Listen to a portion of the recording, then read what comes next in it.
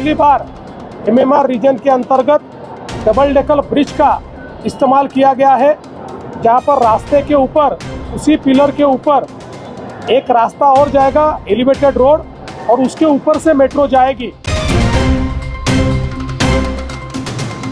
आणि हे आपलं मीरा भाईंदर हे मुंबई आणि ठाण्यातलं मधलं मीरा भाईंदर आहे आणि त्यामुळे या कनेक्टिव्हिटीमुळे खूप मोठा फायदा या ठिकाणी मुंबई MMR ला मिळणार आहे।